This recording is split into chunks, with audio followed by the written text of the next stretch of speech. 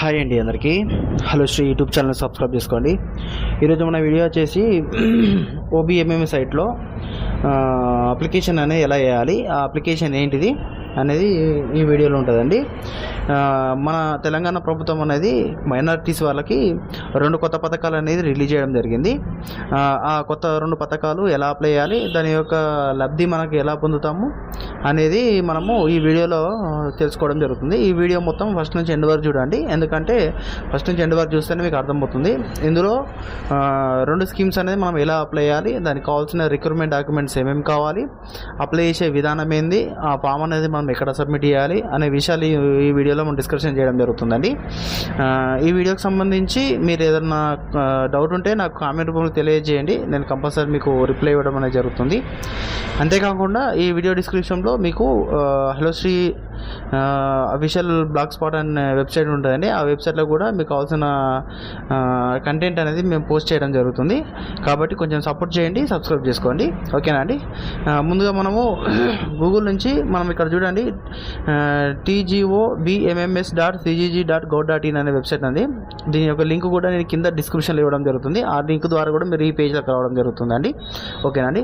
ముందుగా వచ్చేసి ఇక్కడ చూడండి మనకు 2 కలర్ల రెడ్ లైట్లు లింక్ అవ్వడం జరుగుతుంది. ఒకటి అప్లై ఆన్లైన్ ఇంద్రమ్మ మైనార్టీ మహిళా యోజన రిజిస్ట్రేషన్ అనేది ఎలా అప్లై చేయాలి, ఇంకొకటి apply online registration from Revanth అన్నాక సహారా మిస్కినియోకియే అని చెప్పి ఈ 2 స్కీమ్స్ అనేది మనకు గవర్నమెంట్ ఆఫ్ తెలంగాణ అనేది రిలీజ్ చేయడం జరిగింది. ఇది 6th అక్టోబర్ వరకు లాస్ట్ డేట్ ఉండడం జరిగిందండి. ముందుగా వచ్చేసి మనకు ఇంద్రమ్మ మహిళా యోజన అనేది ఎట్లా అప్లై చేయాలనేది ఇక్కడ చూద్దామండి. ఇక్కడికి వచ్చిన తర్వాత ఇక్కడ మనము ఇక్కడ ఎవరైతే అప్లై చేస్తామో అంటే మైనారిటీస్ అండి, ఓన్లీ మన మైనారిటీ వాళ్ళ స్కీమ్ అనేది ఎలా అప్లై చేద్దామో ఇప్పుడు మా దగ్గర మైనారిటీకి సంబంధించి ఆధార్ కార్డు లేదండి, కాబట్టి నా ఆధార్ కార్డు నెంబర్ ఇచ్చుకొని ఎంట్రీ చేస్తున్నా. ఇది ఇష్యూ చేయకండి. ముందుగా దరఖాస్తుని పేరు అనేది మనం ఎంట్రీ చేయాల్సి ఉంటుందండి.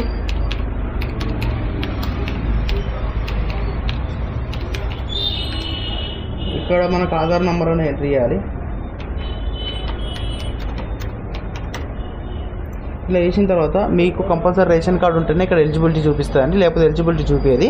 ఇక్కడ కిందికి వచ్చినట్టయితే ఇక్కడ ఇండివిజువల్ పెట్టుకోండి, ఇక్కడ వచ్చేసినట్టే 1 టైం గ్రాంట్ అని పెట్టుకోండి. ఇక్కడికి వచ్చినట్టే స్కీము ఇందిరమ్మ మైనారిటీ మహిళా యోజన స్కీమ్ సెలెక్షన్ చేసుకోండి. ఇక్కడికి వచ్చిన తర్వాత మీకు ఇక్కడ నెంబర్ ఆఫ్ బిజినెస్ గురించి ఇక్కడ లిస్ట్ ఇవ్వడం జరుగుతుంది. అంటే మీరు ఒకవేళ ఎలక్ట్రీషియన్ షాప్ పెడతారా, లేకపోతే బుక్ స్టాల్ పెడతారా, లేకపోతే చికెన్ షాప్ పెడతారా, లేకపోతే కిరాణం షాప్ పెడతారా, లేకపోతే కటన్ షాప్ పెడతారా, లేకపోతే టైలరింగ్ షాప్ పెడతారా, ఏదైతే మీరు చూజ్ చేసుకుంటా అనుకుంటారో, లేకపోతే జిరాక్స్ షాప్ పెడతారా, ఏదైతే మీరు చూజ్ చేసుకుంటా అనుకుంటారో అదన్నీ సెలెక్షన్ చేయండి. సెలెక్షన్ చేసిన తర్వాత కింద గో ఉంటుంది, గో క్లిక్ చేయండి. చేస్తే మీకు ఆన్లైన్ అప్లికేషన్ ఫామ్లోకి అనేది ఎంట్రీ అవ్వడం జరుగుతుంది, ఓకేనా అండి. ఇందులోకి వచ్చిన తర్వాత ఇక్కడ చూడండి మనకు కావాల్సింది beneficiary photo, passport size photo కావాలి, మీ క్యాస్ట్ సర్టిఫికేట్ కావాలండి, పాన్ కార్డ్ కావాలి. కంపల్సరీ మనము స్టార్ మార్క్స్ అయితే ఏమేమి ఉన్నాయో కంపల్సరీ అప్లోడ్ చేయాల్సి ఉంటుంది. మిగతా అన్ని స్కిప్ చేసినా కానీ మనకు పర్లేదండి. ఇక్కడ వచ్చే వరకు మీ యొక్క మండలు, డిస్టిక్, విలేజ్ అనేది ఇక్కడ ఎంట్రీ చేసుకోండి. ఇక్కడ మన స్కీమ్ అనేది 50,000 రూపాయలు ఒకటే గ్రాంట్లో వచ్చేస్తుందండి. ఇక్కడికి వచ్చిన తర్వాత మీద ఫాదర్ లేదా తండ్రిది వాళ్ళది పేరు ఎంట్రీ చేయండి. ఇక్కడ ఫిజికల్ హ్యాండిక్యాప్ అయితే ఎస్ పెట్టండి, లేకపోతే నో పెట్టండి. ఇక్కడ లింగం వచ్చేసి స్త్రీ ఉంటుందండి, ఓన్లీ మేల్కి ఉండదండి. మేల్కి అనేది నేను రేవంత్ అన్నాక మిస్కినో అది ఉంది, అది అందులో ఉంటుందని నేను చెప్తానండి. ఇందులో మీరు ఒంటరి మహిళ, విడాకులు తీసుకున్న వ్యక్తి, వితంతువు, అనాథ, నిరుపేద, ఇందులో ఏదైనా ఒకదానికి మనము పెట్టుకొని మనము అప్లై చేసుకోవాల్సి ఉంటుందండి. మీరు మీ కేటగిరీ ఏదైతే మీకు వర్తిస్తుందో అది సెలెక్షన్ చేసుకోండి. సెలెక్షన్ చేసుకున్న తర్వాత మీ యొక్క రిలీజన్ హిందూ, ముస్లిము ఇవన్నీ పెట్టండి. ఇక్కడ మీ డేట్ ఆఫ్ బర్త్ అనేది ఇక్కడ ఇవ్వండి. ఇక్కడికి వచ్చినాక వయసు పడుతుంది, మొబైల్ నెంబర్ అనేది ఇవ్వండి. ఇక్కడ కిందికి వచ్చిన తర్వాత వృత్తి అడుగుతుంది, వృత్తి మీరు అదర్స్ పెట్టేయండి. ఇక్కడ వచ్చిన మీ ఆధార్ కార్డులో అడ్రస్ అనేది కరెక్ట్ ఎంట్రీ చేయండి, ఓకేనండి. ఇక్కడ అప్లోడ్ కానీ మన అప్లికేషన్ ఫిల్లింగ్ కానీ ఎప్పుడైనా గుర్తుపెట్టుకోండి, మన కంపల్సరీ స్టార్ మార్క్స్ని కంపల్సరీ ఫిల్ చేయాలి, మిగతా అన్ని స్కిప్ చేసేయచ్చు. ఇది అనేది మనకు ఈ ఫస్ట్ స్టెప్ అనేది ఒంటరి మహిళ, విడాకులు తీసుకున్న వ్యక్తి, వితంతువు, అనాథ, నిరుపేద వీళ్ళు ఈ స్కీమ్లో అప్లై చేసుకోనికి అర్హులు, ఓకేనండి. నెక్స్ట్ వచ్చేసి కింద మనకు సెకండ్ అనేది క్లిక్ చేసిన తర్వాత తర్వాత ఇక్కడ మనం చూడండి, ఇందులో కూడా అంతే అండి. ఇక్కడ మీరు స్టార్ మార్క్స్ ఉన్నాయని ఎంట్రీ చేయండి. ఇక్కడ మీ పేరు, ఇక్కడ మీ ఆధార్ నెంబరు, ఇక్కడ మీ ఏరియా ప్రాంతం రూరల్ కింద ఉంటారా అర్బన్ కింద ఉంటారా ఎంట్రీ చేయండి. ఇక్కడ మీ పుట్టిన తేదీ అని ఎంట్రీ చేయండి. మీ యాన్యువల్ ఇన్కమ్, మీ ఇన్కమ్ సర్టిఫికేట్లో యాన్యువల్ ఇన్కమ్ అనేది ఎంతవరకు ఇచ్చిర్రు అని చెప్పేసి సెలెక్షన్ చేయండి. ఓకేనా. ఇక్కడ మీ ఫోన్ నెంబరు, మీ మతము, ఇక్కడ ముస్లిము, ఇక్కడ మీది ఏమేమి ఉందో ఇచ్చేయండి. ఇది అనేది వెహికల్ సంబంధించిందండి. అంటే 2 వీలర్ వెహికల్, అంటే 1 lakh సంబంధించి 1 lakh బిలో ఉన్న వెహికల్ సంబంధించి ఈ వెహికల్స్ అనేది ఇవ్వడం జరుగుతుంది అండి. దీనికి కంపల్సరీ మనకు డ్రైవింగ్ లైసెన్స్ అనేది ఉండాలి కంపల్సరీ. ఇక్కడ కింద చూసినట్లయితే అప్లికేషన్ ఫోటో కంపల్సరీ పెట్టాలి.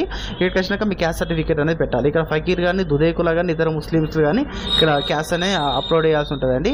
ఇక్కడ కిందికి వచ్చినట్లయితే మీ డ్రైవింగ్ లైసెన్స్ అనేది ఎంటర్ చేయాలి. దీంతో పాటు పైన డ్రైవింగ్ లైసెన్స్ యొక్క డేట్ అడుగుతుంది, మీకు దాని ఎప్పుడు జారీ చేసిరు దాని యొక్క డ్రైవింగ్ లైసెన్స్ యొక్క దాని సంఖ్య కూడా మీకు అడగడం జరుగుతుంది. ఇది 2 వీలరు మన బాయ్స్కు 2 వీలరు కానీ లేడీస్ కానీ 2 వీలర్ లైసెన్స్ ఉన్న వాళ్ళు దీనికి ఎలిజిబిలిటీ అండి. దీనికి అప్లై చేసుకోవచ్చు. 1 lakh లోపు ఉంటుందండి. ఇది సెకండ్ స్కీమ్ అండి. ఇది కూడా అంతే అండి. ఇక్కడ స్టార్ మార్క్స్ నేను ఫిల్ చేయండి, మీ దాన్ని స్కిప్ చేసేయండి. కంపల్సరీ దీనికి మ్యాండేటరీగా application photo, compulsory caste certificate, compulsory driving licence compulsory ఉండాలి అండి. చేసిన తర్వాత అప్లై చేసే విధానం అనేది అయిపోయిందండి.